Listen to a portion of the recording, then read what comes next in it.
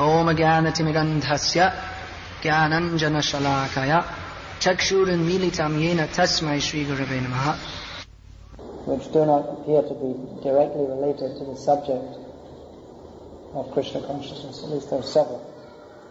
At the end of Bhagavatam, Shukadeva Goswami explains to Parikshit Maharaj that he has described many different stories of kingly dynasties just to awaken the sense of renunciation, which is a necessary prerequisite for devotional service. Of course, he said that austerities are not necessary for devotional service, but the sense of renunciation must be the sense of detachment from this material world. In other words, as Prabhupada comments in one purport, the Acharya, he creates a situation in which people can come to Krishna consciousness. He strives to make that atmosphere. Now, this particular story is, at least at this stage of it, it's not so much one of renunciation. It's much of the focus of what is brought out by this story of Sukanya and Chiyavan Muni is the chastity and ideal behavior of Sukanya. Although we see later that Chiyavan Muni, he was a transcendentalist. He became disgusted with himself for his fall down. The story is that he was meditating within an anthill. Only his eyes could be seen. His eyes were glowing because he was such a powerful yogi. Sometimes you see, especially people who perform a lot of austerities, impersonalists, transcendentalists, the Kundalini Shakti becomes very strong. Their eyes become extremely bright. So he was meditating within an anthill, and one time the king, what's the king's name? I can't remember. King Shariati. He came in this forest area to hunt, as kings do. This time he brought his daughter, Sukanya. The young girl, she saw in an anthill there were two lights. So she took a stick and, out of playful curiosity, blinded Chiyavan, who was therefore very angry and ready to curse the king, but the king took shelter of him and said, whatever you want, free me from your curse. Don't curse me, but whatever you want. So he took his daughter. So she was the daughter of a king. She expected to be married to a young, handsome prince and live in luxury, but instead she got married to some old, haggard rishi living in the forest. But this is the story of her chastity, that she fully accepted that position, and now he's my husband, even though he's old enough to be my great-grandfather. He's my husband, and I have to serve him and please him in all respects. So, how this relates to Krishna consciousness? Prabhupada is given here a purport explaining how she's a chaste woman. Now, there are many, many purports Prabhupada has given us. Traditionally, our acharyas, acharyas of Bhagavatam, they didn't explain how women are. It wasn't such an important point. That'll be there more in Mahabharata, Ramayana, in Karma-Kandiya scriptures. But this Bhagavatam is actually meant for when you've already been through having a chaste wife or being a chaste wife. It's meant for coming to the Paramahamsa platform. But Prabhupada has given many comments on family life within his Bhagavatam purports, the behavior of women. Why is that? To explain to people in the modern age who don't know these basic principles of human civilization. Prabhupada is explaining it. Because unless we live according to basic principles of human civilization, then how can we advance in Krishna consciousness? Considering that most of the population is going to get married, then they need some direction how to do so. Otherwise, if you follow the modern model of family life, it's totally chaotic. Modern family life means the home is total chaos, full of tension. That's all. The tendency is there in any family situation, because basically the family life means there's some self-interest. It's entered into with for the purpose of fulfilling some desires. But the Vedic injunctions direct us to live family life in which you fulfill your desires, but at the same time do that in a regulated way, in a manner of life which is centered on Krishna. So that gradually the propensities for personal enjoyment are purified. So that gradually one becomes selfless. So the Vedic system is a system to guide people to live, by which they can become purified. That is necessary. It's necessary to have directions. That's why we have the process of sadhana bhakti. It's not that just you hear about Krishna and then next day or next moment you already reach the perfectional stage. There's a process to become purified. So the Varnashram system, that's also a process to become purified, so that we can gradually come to the stage of pure Krishna consciousness. So, what are the basic principles in family life? It's a difficult situation. You have people living together; they all have so many desires to fulfill. So, how can it be lived in? How can this situation not become an explosion, as is so common in the modern age? Either explosion or implosion. Either there's huge fights or one of the spouses just vanishes. So how to avoid that? The directions are there. Sense of responsibility. A woman should be very submissive to her husband. Here's the example. Now, Sukanya, she could have complained to her father and said, "Hey, wait a minute. I'm not getting married to this guy. You get cursed. Why spoil my life?" Often we have this, "Hey, Gornitai, did you offer obeisances? Gornitai, did you offer obeisances when you came in the temple room?" You did. All right, very good. Well, that's the attitude in the modern age. You see, someone says that, why should I spoil my life? I got married, I don't like this woman, and I'm miserable, so why should I spoil my life? Just dump the woman or dump the husband and try again somewhere else. I mean, you're only going to live once, so live happily. Find someone you can be happy with. Didn't work out one time, try someone else. It makes sense for an atheist who believes that sense gratification is the only goal of life. But Sukanya was brought up in a different way. First thing, she was ready to follow whatever her father arranged. That was the system. Whatever the father arranges, the parents arrange, then the marriage goes on. That's why in the old Hindi movies, before they were totally just absolutely lusty, they were also lusty, but a little more restrained. The famous scene of husband and wife get married, and then at last, after all the celebrations, they're alone in the room, and for the first time he lifts the veil. What's my new wife? What is my wife who I have to live with? What does she look like? You wouldn't even know. Whatever it is, it is. You can't change it, We didn't have plastic surgery in those days. You try and fix up your face a bit. Whatever it is, it is. We didn't know. Whoever you get married to, that's it. And that was entered into in the spirit of responsibility.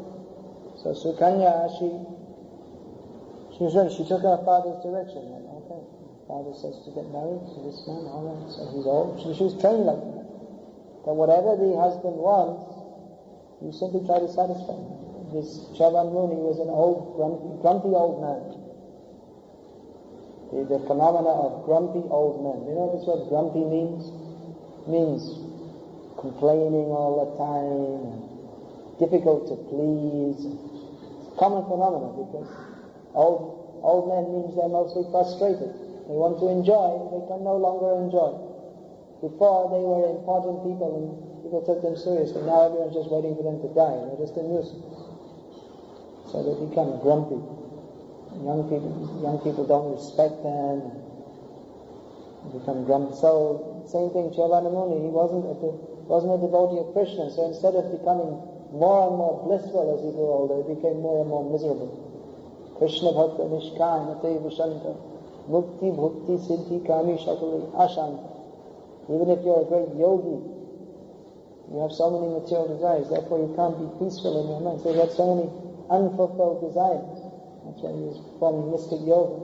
He had some desires to fulfill. But he was simply, this yoga, you see there's so many tapasvis, people performing austerities. They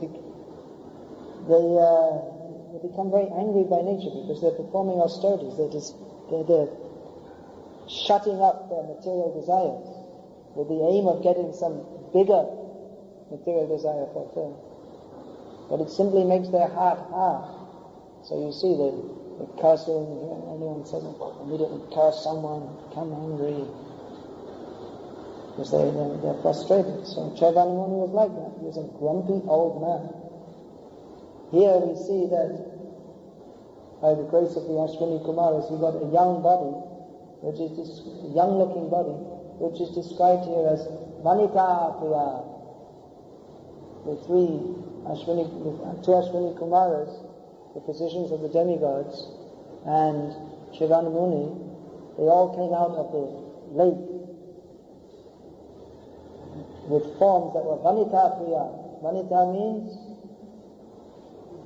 woman. Priya means which is dear to. So the beautiful, handsome young man, that form is very attractive to women. But Chaitanya Muni, as he was before, she wasn't at all attractive. You see, the young princess, she was expecting, no doubt, to get married to some handsome young man. Instead, she got married to some ugly old man who is Vanita Apriya, not pleasing to women. But she accepted it. And even he was so grumpy and miserable. Some kind of people, whatever you do, it's wrong. Whatever you do, they'll say, this is wrong, that's wrong, it's never right. So there are people like that. So Chaitanya Muni was like that, grumpy old man. But still she tried to please him in all respects. And as a result, she actually got, by the Ashwini Kumara's power, he got the form of a young man, and then by his own yogic power, he arranged for so many material opulences for her. So all her desires were fulfilled. Now there's one very important statement in one of his purports. It's this whole in the modern age, there's so many books written about how to live a happy family life, and they have no idea. There's one principle. You can throw all these books out, they're all useless. You take one line from this Prabhupada's book, what he's given here in this purport. What is the success story for marriages? That Sukanya, she tried to please her husband in all respects, and even though he was not very pleasing to her, she just tried to please him, and as a result, all her desires were fulfilled. Prabhupada says this is victory for a woman. Where is that? This is victory for a woman. How she controls the husband by pleasing him in so many ways. Have you already read that? Did you come to? You must have read this purport already. Right. This purport a few days ago. Let's read it all. The translation, text 10. Chaitanya Muni was very irritable, grumpy old man. But since Sukanya had gotten him as her husband, she dealt with him carefully according to his mood. Knowing his mind, she performed service to him without being bewildered. Purport: this is an indication of the relationship between husband and wife. A great personality like Chavan Muni has the temperament of always wanting to be in a superior position.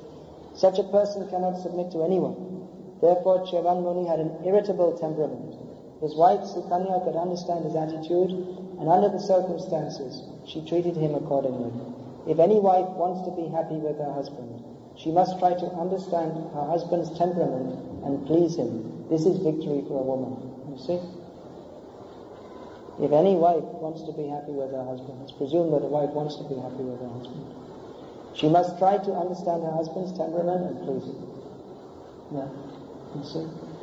Take all your psychology books, throw them in the bin. This is enough. Prabhupada goes on.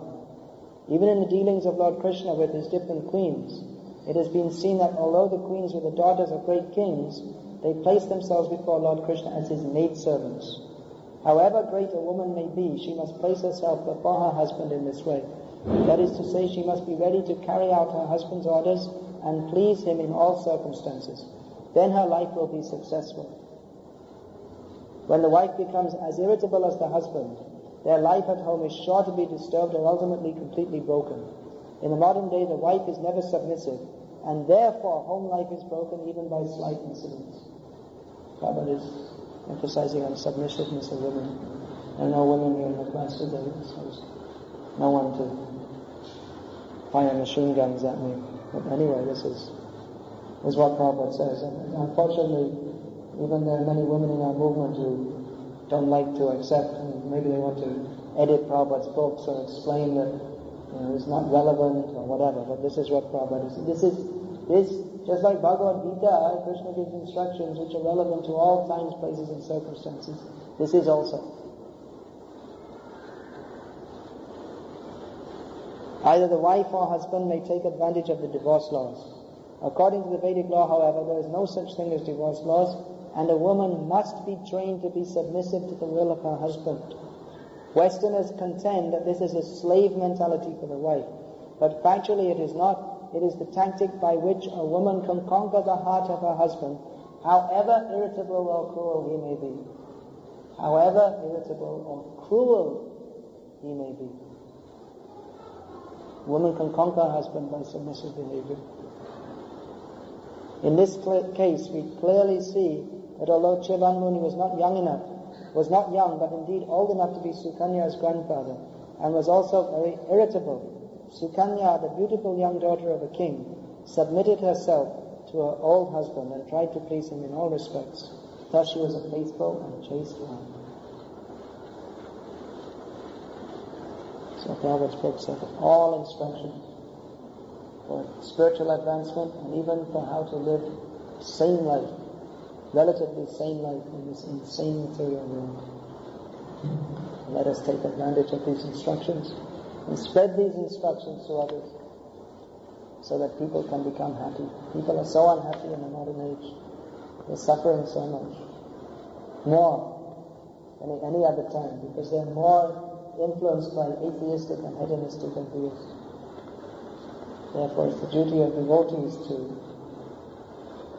accept these teachings, apply them in their lives, and spread them to others, so that people can be happy in this life and happy in the next life. Hare Krishna. Is there any question?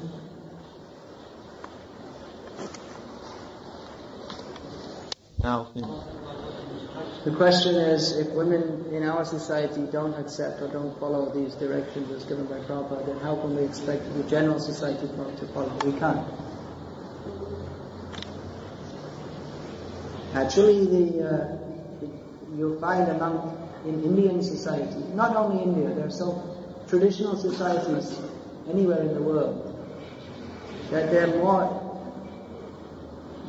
better at following these principles, even than many of our devotees who are from Western background, because they're keeping their Western mentality. If you don't like your husband, just divorce him. If you don't like your wife, just divorce her. So even we see in India, so many people, they may be just not even very religiously inclined and very materialistic, just interested in money, but just due to their culture, their family life is stable. They don't know that culture is based on spiritual philosophy. It's meant just to live a happy, stable family life. That's not the goal of life at all. They don't know that. But they're still benefiting from that culture. I mean, even it was in the Western countries also. I remember having my mother being Irish, and that same culture was there in Ireland very strongly. That husband and wife, they just live together. And often, so many times you go in an Irish home, and it's just absolute chaos because they have so many kids, and their husbands, Irish are famous for drinking, and they'd be yelling, and the kids would be yelling, but you see the mother, she just goes on, working morning till night, looking after one kid after another. One pops out every 9 months or so, another one pops out. But just very dedicated mothers. They just go on serving and looking after. And even though the home life is chaotic, it's stable in the sense that there's no pressure that the husband, he may drink and this and that, but he still goes out and works and brings in some money every day, and the wife, she's not going to leave her post, even though it's just absolutely miserable. They have no higher principle. Well, actually, at least they believe in God. And I discussed these things with these points a few years ago with my eldest uncle, who in the meantime died. So he was saying that, we were discussing about the modern age and divorce and all these things. He said that, he said there is no question of divorce. The term he uses, you just accept your lot. Whoever you got married to, you accept your lot. In other words, it's ordained by God. Whatever it is, and you just get on with it. That's all. And ultimately, such people are much happier than those who flit here and there, always trying to find some perfect situation which doesn't exist. People are always dreaming of the perfect marriage. The only perfect marriage is that of Krishna and Radharani, Krishna and Rukmini. That's all. And in the material world, there's no such thing. It doesn't exist. Perfect marriage means if husband and wife are fully centered on serving Krishna. That's all. Otherwise, on the material platform, there's nothing perfect. That I'll be perfectly happy with my wife who perfectly fulfills my desire. Even if you think it's perfect, then you grow old and she grows old, and you want sense gratification.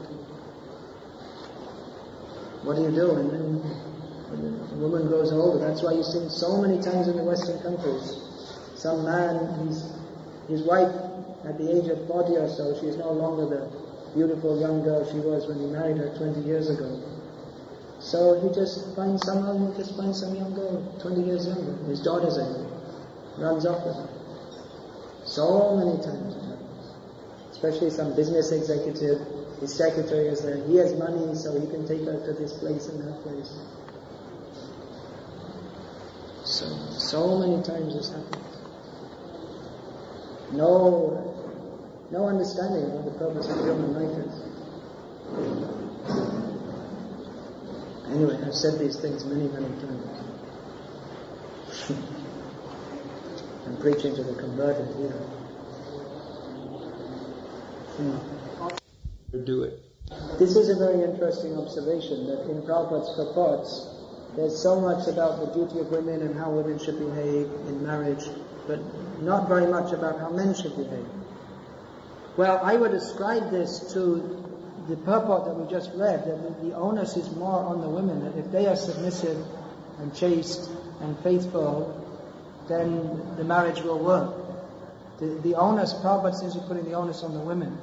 So there's a problem in modern society, and Prabhupada is addressing it, and he's putting the onus on the women.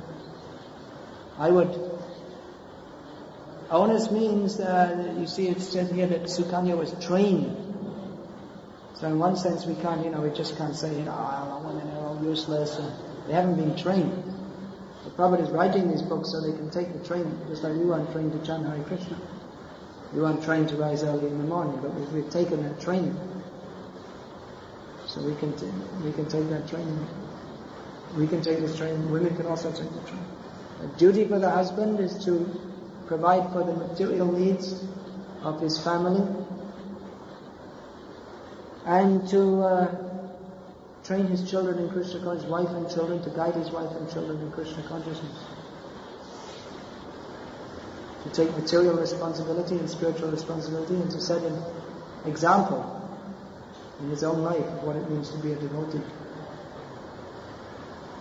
That is the duty of a husband in Krishna consciousness. Younger. Why did Sukanya, who was a good girl, get a bad husband? And why did Ravana, who was a baddie, he was a bad guy, he got a good wife? Well, you say a bad husband, you have to be a little careful, because after all, Chevan Muni was a great rishi, great sage. You could say an incompatible, or he was incompatible in the sense that for marriage there are so many factors. You have to, apart from the astrological chart, you have to see they're compatible by age, equal standard of wealth, caste, education, beauty, so many different factors are there. So from that point of view he was incompatible. So, and then Ravana, he was such a big demon, but his wife was actually a very chaste woman. So how does this happen? How does anything happen? Karya karana katritve hetu prakriti ruchyate purusha sukha dukhanam bhutritve hetu ruchyate. The material nature is the cause in one sense. The material nature supply the situations we find ourselves in are due to the interactions of material nature, but the ultimate cause of our happiness and distress in this material world is ourselves. So everyone gets a mixture of sinful and pious results. It's not that anyone gets fully pious results or fully sinful results. So you may find even a person who's very sinful, he also has some punya, but generally what happens is someone who's pious, they get a good situation. And then they misuse that and become sinful. And then in the next life they get a bad situation. So karma is mixed. It's a mixed bag. And Mandodari herself, maybe amid her piety, she did something to get Ravana as a husband. That Krishna says in Gita also, that exactly how karma is working, it's extremely complex. See, every single thing you do and say and think, in Kali Yuga your thinking isn't taken, bad thinking is not taken into consideration.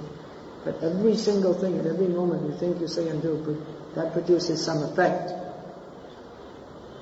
It's what you're doing, it's influenced by your previous activities, and what you do again creates a situation in future by which you suffer or enjoy. So there's a continuous chain of cause and effect going on since time immemorial. It's extremely complex. So exactly how you get a particular situation,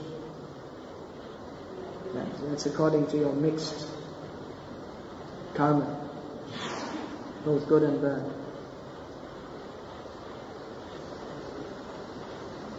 You see, there's this Stephen Hawking, famous, probably more famous in India than any other country in the world.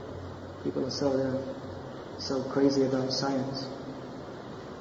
I would think among the educated people in India, he's better known than among the educated people in the West, because people in India have great respect for science.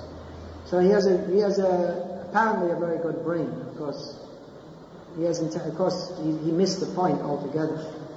So it's all misused his intelligence is all directed in the wrong way.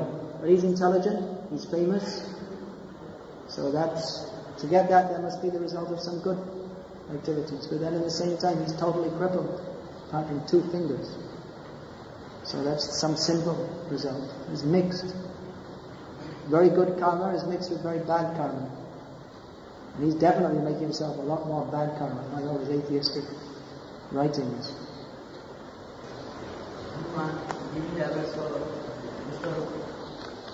Yeah. No, the question was, did Hanuman show the Vishwarup? Because there are popular pictures of Hanuman with a Vishwarup kind of form.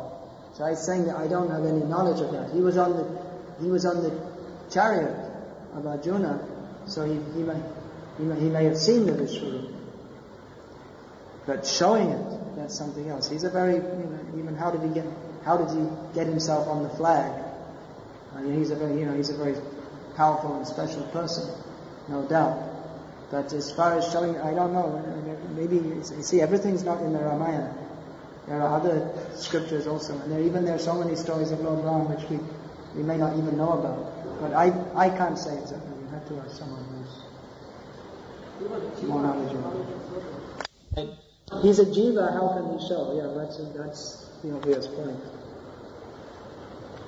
But there may be some story in the Quran. Just like Prabhupada was asked about in South India, they have this Ayappa, the supposed